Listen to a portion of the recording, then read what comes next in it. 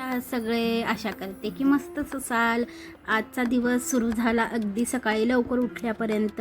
आज अंगण झाडून काढले, मस्त अंगण धुवून काढले, धूळ झाली होती म्हणून, आणि पाणी मारून सगळं स्वच्छ करून घेतलं। त्यानंतर नेहमीप्रमाणे ब्रश केला आणि घरात छानशी छोटी रांगोळी काढून घेतली। आज अमावस्या असल्यामुळे दारातही उंबरठ्याला हळदी कुंकू लावून घेतलं। घरात एक अशी मग छान अशी पॉझिटिव्ह एनर्जी येते लावलं की। यानंतर नाश्त्याची तयारी केली आणि याचा शूट घ्यायचाच मी विसरून गेले।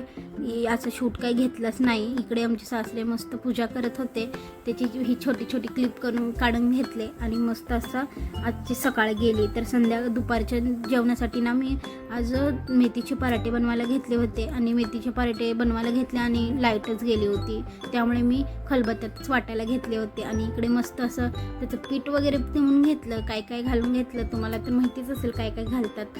नाहीत नसेल तर नक्की नेक्स्ट टाइम तुमच्याबरोबर शेअर करेल हे रेसिपी। आणि इतके मस्त बनतात की आमच्या घरच्यांना खूपच आवडतात आणि एकाला वेगळं आवडतात एकाला वेगळं आवडतात। म्हणून एक मी नवीन पुढे चालून कळेल तुम्हाला की अशी ट्रिकने बनवा, म्हणजे तुम्हाला पातळही मिळतील आणि मऊ पण लुसलुशी बनवायला मिळेल। ते नक्की पहा लास्टपर्यंत। तिकडे तोपर्यंत मी डाळीला फोडणी घालून घेतली। आणि मला एक तुम्हाला सगळ्याला एक छोटंसं सांगायचं आहे। मी रोज मनापासून व्हिडिओ बनवते, तुम्हाला आवडतात का नाहीत, घरकाम, स्वयंपाक आणि दैनंदिन आयुष्य जे काही शक्य होते ते तुमच्याबरोबर मी शेअर करते। पण जरा मला ही सांगा कमेंटमध्ये की तुम्हाला कोणतं व्हिडिओ बघायला आवडेल किंवा कशी माहिती काय माहिती पाहिजे असेल तर ते पण मी देते। थोडीफार प्रेरणा मिळते तुमच्याकडूनच मला, तर माझ्यासाठी त्यापेक्षा मोठा आनंद काहीच नाही आहे। पण तुमचं मत माझ्यासाठी खूप महत्त्वाचं आहे। तुम्हाला कसे व्हिडिओ आवडतात ना ते तुम्ही नक्की कमेंट करून सांगा मला। पण आवडतात असे डेली ब्लॉग, स्वयंपाक, घरकाम की अजून काही आवडतात मला कमेंटमध्ये नक्की सांगा। मला कमेंटमध्ये हेही सांगा। आणि हो, मेथीचे पराठे तुम्ही घरी कसे बनवता हे मला नक्की कमेंटमध्ये सांगा। प्रत्येकाच्या घरी पराठे बनवण्याची पद्धत थोडी वेगळी असते, त्यामुळे नवीन नवीन काही शिकायला मिळते। मी आज हे जे पद्धत बनवली आहे ना ते मला खूप सोपी वाटते आणि मला खूप सोपी आणि झटपट पद्धतीत बनवायला आवडतात, मऊ होतात आणि चवही एकदम मस्त लागते। तुम्ही हे पद्धत एकदा नक्की ट्राय करून बघा।